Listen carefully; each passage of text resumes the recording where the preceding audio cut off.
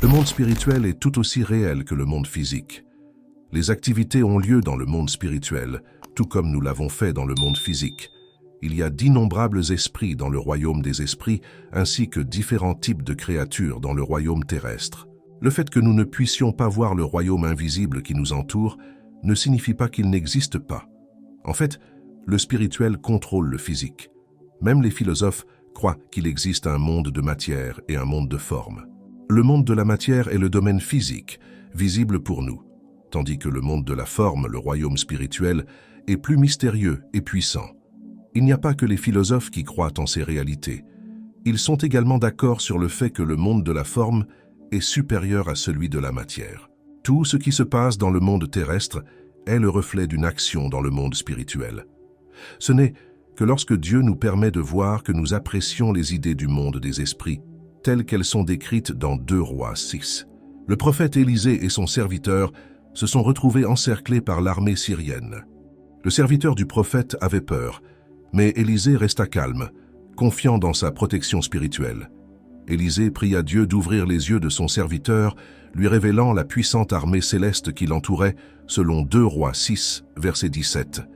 Et Élisée pria, « Seigneur, ouvre-lui les yeux afin qu'il voie. » Alors l'Éternel ouvrit les yeux du serviteur, et il vit les collines pleines de chevaux et de chars de feu autour d'Élisée. L'armée syrienne est venue avec des chevaux et des chars physiques, mais l'armée céleste d'Élisée était composée de chevaux spirituels et de chars de feu. Ainsi, dans le domaine spirituel, il y a des chevaux et des chars de feu qui défendent le peuple de Dieu. Dieu, un être spirituel suprême, décrit dans Jean 4, verset 24, gouverne le monde depuis le royaume invisible. Sans la révélation de Dieu, nous ne pouvons pas comprendre le monde spirituel. Il y a plusieurs esprits dans ce royaume, mais nous ne les apprécierons que lorsque Dieu nous ouvrira les yeux. Considérons les anges, véritables êtres spirituels décrits dans Hébreux 1, 14, comme des esprits tutélaires envoyés pour servir ceux qui doivent hériter du salut. Bien qu'invisibles, les anges protègent les croyants des dangers et aident à l'accomplissement des paroles des ministres de l'Évangile. Ce sont des créatures spirituelles puissantes et immortelles créées par Dieu. Les croyants ont des anges qui travaillent avec eux et pour eux, comme l'exprime le psaume 91, versets 11 et 12, « Car il ordonnera à ses anges de te garder dans toutes tes voies. De leurs mains, ils te soutiendront pour que tu ne trébuches pas contre une pierre. » Les anges sont des créatures remarquables, fortes, obéissantes aux commandements de Dieu et remplissant des fonctions spécifiques, comme l'ange Gabriel mentionné dans la Bible. Ils sont un rappel constant de la puissance et de la présence de Dieu dans notre monde, à la fois physique et spirituel. Gabriel est associé dans la Bible à la délivrance de la bonne nouvelle. En tant que messager céleste, il symbolise l'espoir et la révélation divine. D'autre part, les anges comme Michael sont des guerriers spirituels. C'est Michael et son armée qui ont vaincu le diable, le chassant du ciel, comme décrit dans Apocalypse 12.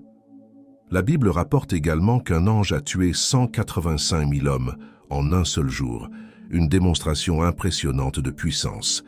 Ésaïe 37, verset 36. La vue des anges est un privilège divin. Plusieurs passages bibliques rapportent des apparitions angéliques dans le monde physique.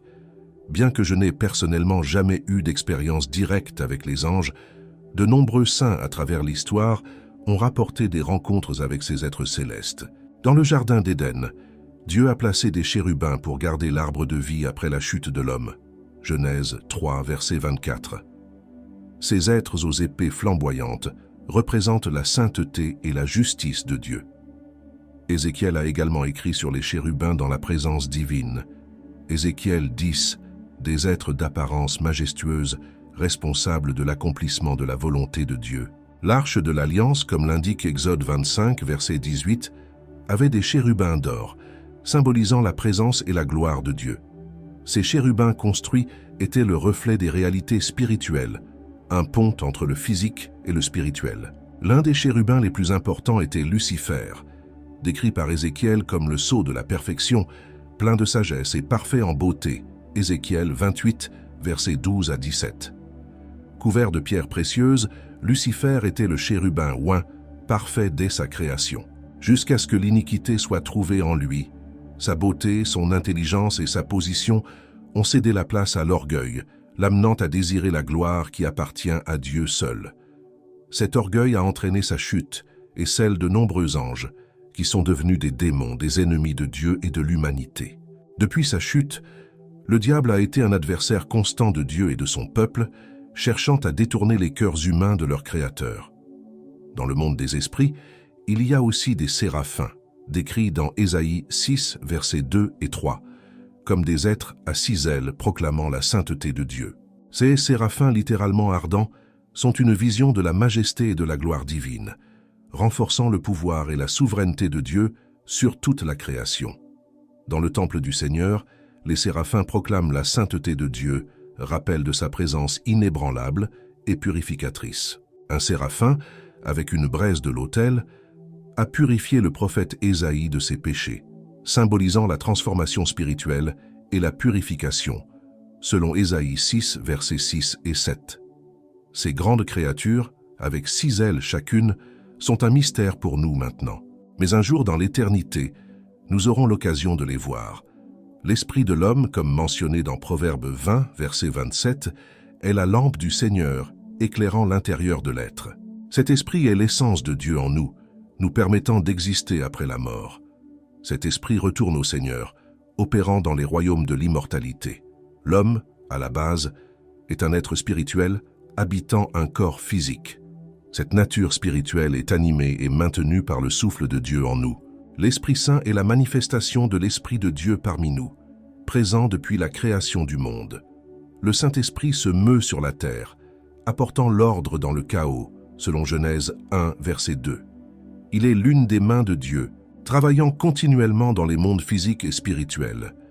Le monde des esprits est une réalité indiscutable, un royaume où Dieu règne en maître. La reconnaissance de cette réalité est essentielle à la pleine compréhension de la foi chrétienne. Dans la prédication contemporaine, nous nous concentrons souvent sur les bénédictions, la prospérité et la délivrance, mais il y a un fossé important. La démonologie, un sujet souvent évité, est crucial pour notre compréhension spirituelle. Les démons sont réels, comme l'enseigne à plusieurs reprises la Bible, et Jésus lui-même les a affrontés directement. Si nous croyons en Jésus comme notre Seigneur et Sauveur et que nous faisons confiance au récit de l'Évangile, alors nous devons aussi reconnaître la réalité des démons. Comme Paul nous en avertit dans 2 Corinthiens 2:11, nous ne devons pas ignorer les ruses de Satan. La démonologie est l'étude des démons, pas leur adoration. Les églises devraient s'attaquer à ce problème en éduquant les croyants sur la façon de reconnaître ces mauvais esprits et de leur résister. Jésus a enseigné à ses disciples ce qu'est les démons, Matthieu 12, 43-45, et nous ne devrions pas non plus nous éloigner de ce sujet vital. David Paulson, un théologien de renom, a affirmé qu'en connaissant le Seigneur, on connaît aussi le diable. Le combat spirituel est une réalité inhérente à la foi chrétienne, et sa compréhension est essentielle pour une marche spirituelle robuste et consciente. Il est crucial de reconnaître que bien que le diable soit en enfer, il opère dans les royaumes célestes. Nous combattons les forces du mal dans les lieux célestes, pas seulement en enfer, Éphésiens 6, 12. C'est dans cette réalité spirituelle que se déroulent les vraies batailles. Les démons nous connaissent.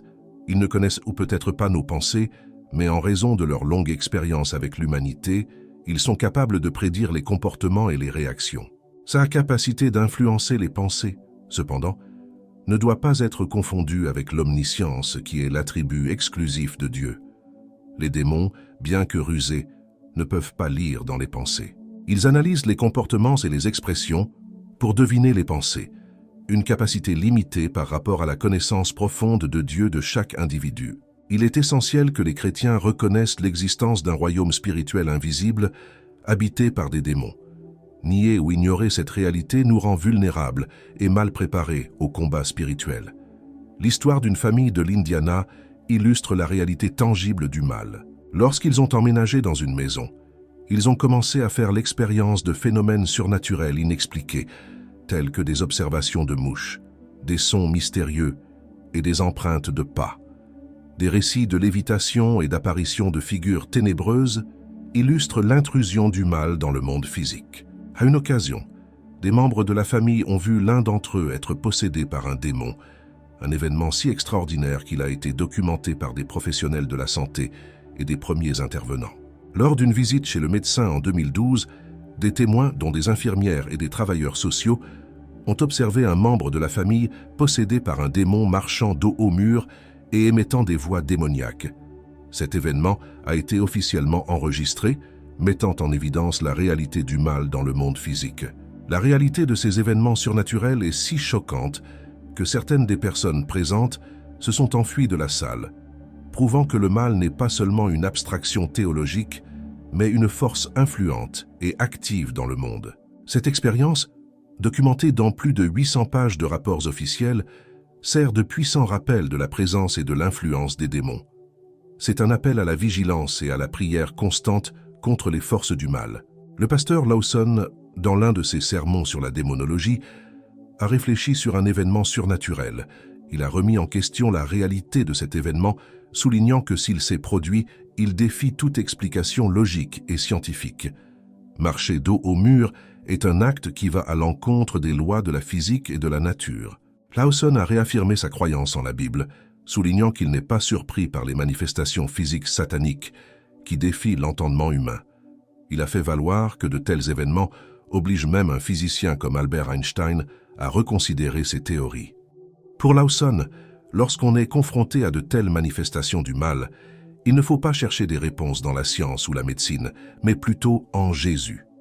Il a cité l'exemple de Jésus face à un homme possédé par un démon dans Marc 5, 7, où les démons ont immédiatement reconnu Jésus. Ces épisodes bibliques démontrent que les démons non seulement connaissent les disciples du Christ, mais qu'ils les craignent aussi. Un exemple est la servante qui a suivi Paul dans Actes 16, 17, possédée par un esprit qui a reconnu les disciples de Jésus. Lawson a mis en garde contre les dangers des esprits familiers et a souligné qu'il n'y a rien d'amical chez les démons. Il a cité Éphésiens 6, 12 pour illustrer que notre lutte n'est pas contre les gens, mais contre les forces spirituelles maléfiques. En outre, il a souligné que les démons peuvent influencer subtilement des domaines de la vie, tels que les mariages, provoquant des divisions et des conflits. Combattre ces influences exige de l'endurance spirituelle et de la foi. Lawson a conclu que pour faire face aux démons, il faut reconnaître leur réalité et faire confiance à la puissance de Jésus. Il a souligné que le combat spirituel est constant et doit être combattu avec l'armure spirituelle de Dieu. Cette histoire cherche à renforcer l'importance de la compréhension et de la préparation spirituelle contre les forces du mal. En intégrant des enseignements bibliques à des exemples contemporains, le récit vise à faire prendre conscience de la réalité spirituelle et de l'efficacité du pouvoir de Jésus dans la lutte contre le mal. Le diable, dans sa haine de l'union conjugale, cherche sans cesse à détruire le mariage. Mais rappelez-vous, le véritable adversaire dans un mariage turbulent peut être le mal décrit dans Éphésiens 6, 12. Au lieu de vous battre avec votre conjoint, rejoignez-le dans un combat spirituel. Priez ensemble et affrontez les forces qui tentent de diviser votre amour. Il y a des esprits de mensonge et de luxure qui influencent les comportements pécheurs. Ils ne s'intéressent pas à nous personnellement. Votre guerre est contre Dieu. Nous, créés à l'image de Dieu, sommes ciblés parce que nous sommes aimés par lui de manière incommensurable. Dieu nous aime plus que les merveilles de l'univers. Chacun de nous est le summum de son amour et de sa majesté. Sachant que les démons nous attaquent pour blesser Dieu, nous avons encore plus de raisons de résister et de lutter contre ces mauvaises influences. La bonne nouvelle, c'est que nous ne sommes pas impuissants dans cette bataille. Nous avons été dotés en Christ de l'autorité de chasser les démons de nos vies, de nos foyers et de nos finances. Le diable connaît cette autorité et craint ceux qui l'exercent. Dans Jean 1, 51, Jésus a promis que nous verrions le ciel ouvert et les anges de Dieu monter et descendre sur le Fils de l'homme. Cette vision illustre l'interaction continuelle entre le ciel et la terre, entre le spirituel et le physique. Bien que les vidéos d'anges capturées par la caméra puissent être discutables, cela ne nie pas la réalité des anges parmi nous. Ils sont constamment en mouvement, exécutant les commandements de Dieu, souvent invisibles à nos yeux, mais toujours présents. Comme Jacob l'a vu dans son rêve décrit dans Genèse 28 au 12, les anges montent et descendent sur une échelle qui relie le ciel à la terre. Cette vision symbolise le lien permanent entre Dieu et l'humanité. Imaginez des anges qui viennent et descendent sur vous votre maison et votre famille. Dieu s'intéresse profondément à chaque détail de notre vie. Nous ne sommes pas oubliés ou négligés par lui. Nous sommes vos enfants bien-aimés. En terminant, je vous encourage à réfléchir sur cette réalité spirituelle. Vous êtes important pour Dieu, et il a des anges assignés à votre protection et à votre direction. Rappelez-vous, dans le combat spirituel, nous ne sommes pas seuls. Il est avec nous, et son amour est notre plus grande force. C'est merveilleux de savoir que Dieu nous a donné son Saint-Esprit pour habiter en nous, pour nous guider, nous enseigner et nous sceller pour le jour de la rédemption. Avoir le Saint-Esprit dans nos vies est déjà un don inestimable, mais Dieu est allé au-delà en envoyant ses anges pour être avec nous dans nos vies et nos maisons. Je prie pour que vous puissiez faire l'expérience de ce que Jacob a vécu, en reconnaissant que Dieu est présent partout. Nous n'avons pas besoin d'être dans un lieu saint pour trouver Dieu. Il est là où nous sommes. Dieu est avec nous, que ce soit à la maison, au travail ou n'importe où. Jacob était dans le désert, pas dans une église ou un presbytère, mais même ainsi il a fait l'expérience de la présence de Dieu. Dans vos maisons, puissiez-vous aussi faire l'expérience de l'échelle de Jacob et voir les anges de Dieu monter et descendre sur vous et vos familles. L'expérience de Jacob nous rappelle que nous ne sommes jamais seuls. Bien que nous n'adorions pas les anges, nous ne devrions pas les ignorer. Ils sont là pour nous protéger, même dans les moments de peur et de solitude. Nous ne sommes pas seuls. Les anges sont avec nous pour nous fortifier, qu'il s'agisse d'un jeune couple qui a du mal à élever une famille, d'une personne âgée qui sert le Seigneur tout au long de sa vie, ou d'une personne qui vit seule. Les anges de Dieu sont présents, offrant compagnie et protection. Les anges sont l'une des ressources infinies de Dieu. Ils sont venus fortifier Jésus pendant son séjour sur la terre, et ils sont aussi venus nous bénir. Après nos prières, ils s'efforcent de nous apporter les bénédictions de Dieu. Dieu envoie ses anges pour vous bénir et vous faire prospérer dans tout ce que vous faites. Leurs familles, leurs enfants et leurs mariages seront bénis. Les anges ne sont pas limités à un seul endroit. Ils nous accompagnent partout où nous allons. Rappelez-vous la persévérance de Daniel dans la prière, qui a libéré un ange pour lui apporter un message de Dieu, Daniel 10. De la même manière, continuez à prier et à avoir confiance que Dieu enverra ses anges pour vous bénir. Sa présence n'importe où apporte la présence de Dieu et de ses anges. Votre maison est un lieu sacré où Dieu habite. Croyez que de grandes choses, telles que le succès, la grandeur et la prospérité, émanent de votre foyer tel qu'il est sous la garde de Dieu.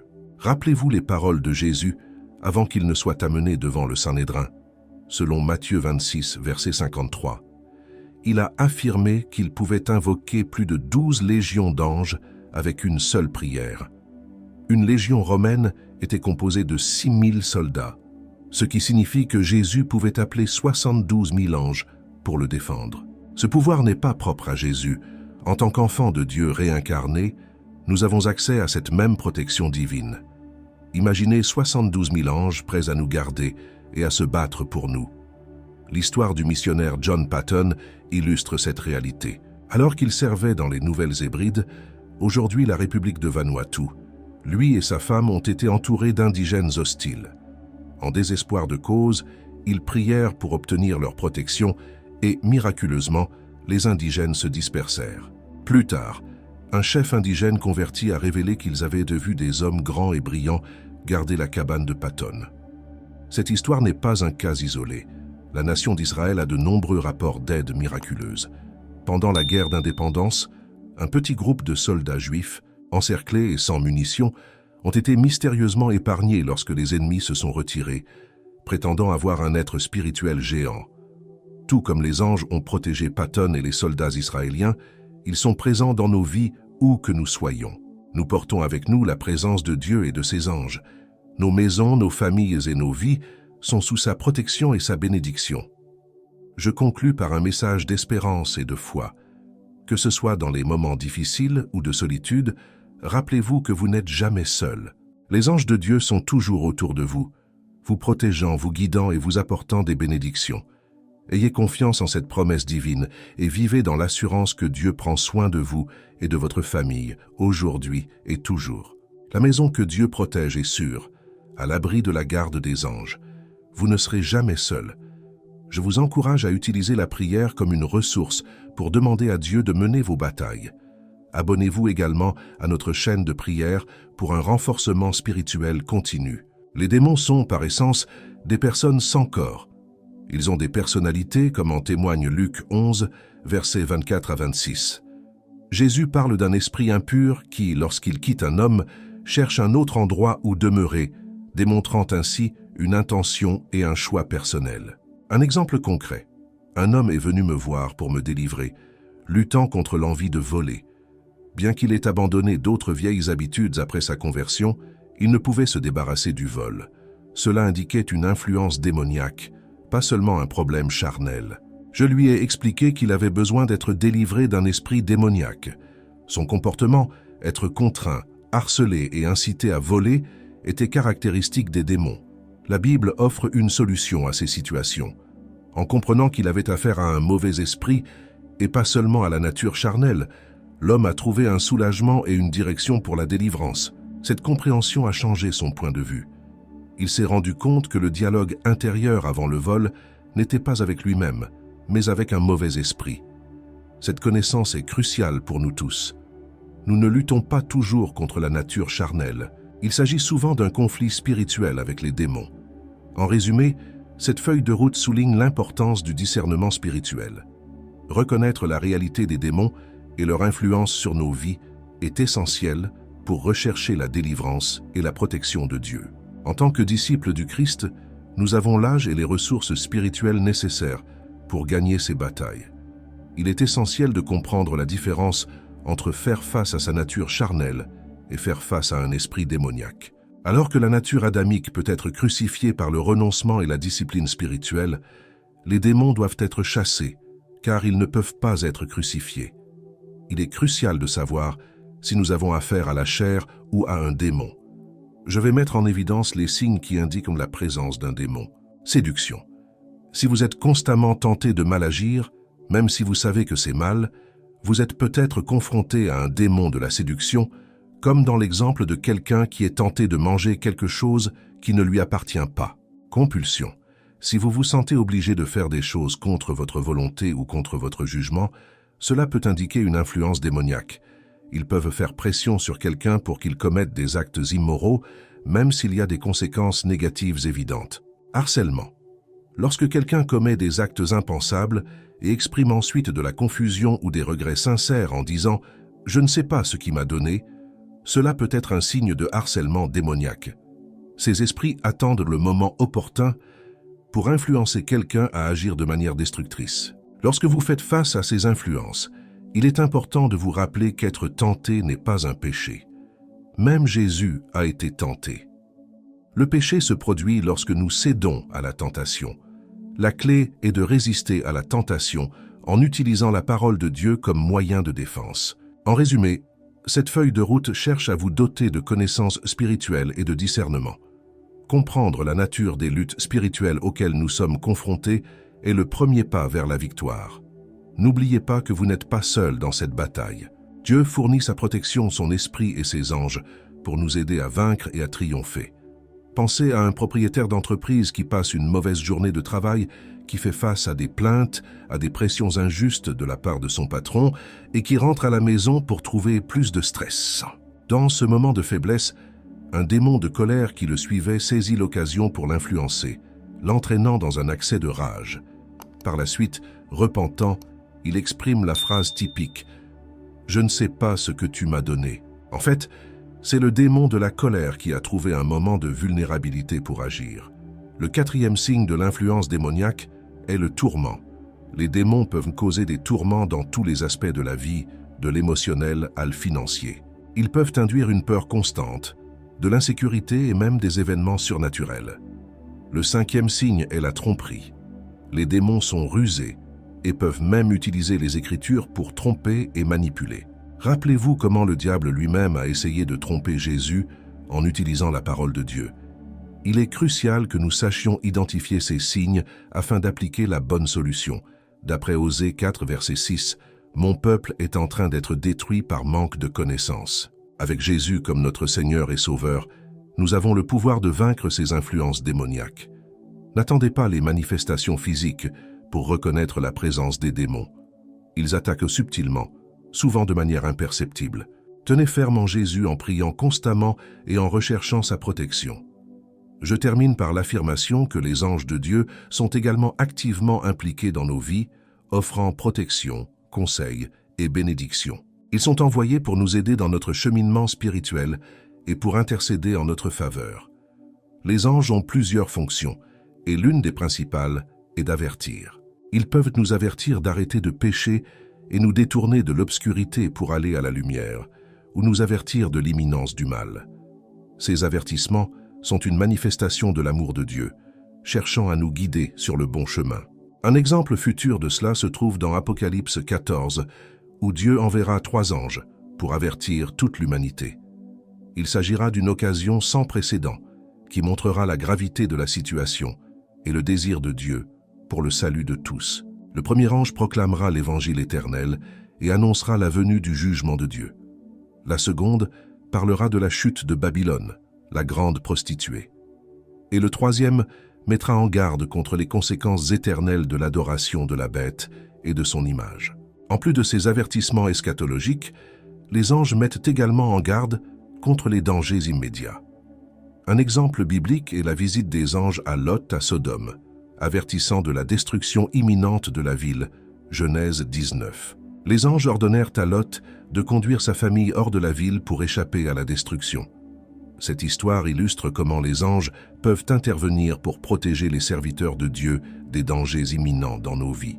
Les anges peuvent utiliser les gens pour nous envoyer des messages et des avertissements. Tout ce que nous entendons ne doit pas être pris en considération, mais parfois Dieu utilise les autres pour nous transmettre des avertissements importants. Nous devons être attentifs à ces signes et discerner quand ce sont des messages divins. En résumé, ce texte met en évidence l'importance des anges en tant que messagers de Dieu. Ils nous guident, nous protègent et nous avertissent, travaillant dans le plan de Dieu pour notre bien. La présence et l'intervention des anges dans nos vies sont une extension de l'attention et de l'amour de Dieu pour nous. Parfois, les avertissements pour changer nos habitudes proviennent de sources inattendues. Il se pourrait que Dieu envoie des anges déguisés pour nous conseiller de quitter les ténèbres et d'aller dans la lumière. Il est essentiel de tenir compte de ces avertissements. Le deuxième rôle des anges est d'instruire. Dieu utilise souvent ses anges pour nous guider et nous conseiller. Comme le dit le psaume 32, verset 8, Dieu promet de nous instruire et de nous enseigner la voie à suivre. Il peut envoyer des anges pour communiquer ses conseils et sa sagesse. Un exemple biblique est l'ange qui a rendu visite à Daniel après 21 jours de prière continue. Daniel 10, verset 14. Cet ange a apporté à Daniel un aperçu des événements futurs. L'histoire de Daniel montre aussi l'importance de la persévérance dans la prière. La lutte de l'ange avec le prince de Perse dura aussi longtemps que la prière de Daniel. Si Daniel avait abandonné, il aurait pu empêcher l'ange de l'atteindre. Cet exemple souligne que même si nous vivons à une époque d'immédiateté, certaines réponses divines exigent du temps et de la persévérance dans la prière. Dieu se réjouit des prières ferventes et passionnées, non pas à cause de leur durée, mais à cause de la foi et de la passion qui les anime. Le troisième rôle des anges est de bénir. Souvent, les bénédictions que nous recherchons sont délivrées par les anges. Lorsque nous prions, nous ouvrons les cieux, invitant Dieu et ses messagers à travailler dans nos vies. Par conséquent, je vous encourage à persévérer dans la prière, même si vous ne voyez pas de changements immédiats. Leurs prières sont entendues, et ils luttent spirituellement. La prière est le moyen par lequel nous touchons le ciel et invitons l'intervention divine dans nos vies. Soyez quelqu'un qui prie avec passion et persévérance, car c'est cette personne qui touche efficacement le ciel avec ses prières. N'abandonnez pas, car votre persévérance dans la prière non seulement ouvre la voie, mais coopère également avec les anges envoyés par Dieu pour réaliser son plan dans votre vie. Les anges apportent des bénédictions de diverses manières, pas seulement des provisions matérielles. L'une des plus grandes bénédictions angéliques est la protection. Bien qu'ils soient souvent invisibles, ils nous protègent des dangers du monde, accidents, crimes et autres menaces. Cette protection angélique est une réalité constante. Nous marchons dans les rues et parcourons les routes sous sa surveillance. Souvent, Notre sécurité n'est pas le résultat de précautions humaines, mais de la présence protectrice des anges. En plus de la protection, les anges agissent également pour apporter les réponses à nos prières. Ils interviennent dans les situations difficiles, en facilitant les voies et en fournissant ce que nous demandons à Dieu. Un exemple biblique est l'intervention angélique en faveur des Israélites contre Sennachérib, roi d'Assyrie. Ésaïe 37, 36. Cet acte démontre comment les anges peuvent mener des batailles en notre nom.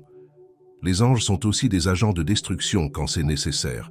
La destruction de Sodome et Gomorrhe est un exemple sinistre de la façon dont les anges exécutent le jugement divin sur le péché et l'immoralité.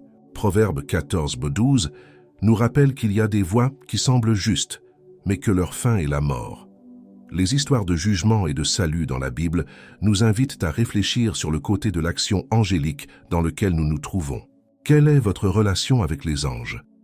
Est-ce qu'ils vous bénissent, vous instruisent ou vous avertissent? Peut-être essaient-ils de vous éloigner de l'obscurité. Il est crucial d'être attentif et réactif à leur message. En bref, les anges sont des messagers de Dieu qui apportent protection, instruction, bénédiction et, si nécessaire, exécutent le jugement divin. Ils sont constamment tout autour de nous, guidant nos chemins et nous gardant en sécurité. Je vous encourage à reconnaître et à rendre grâce pour la présence et l'intervention des anges dans votre vie, et puissions-nous toujours être ouverts à leurs instructions et à leur protection, en marchant sur le chemin illuminé par Dieu.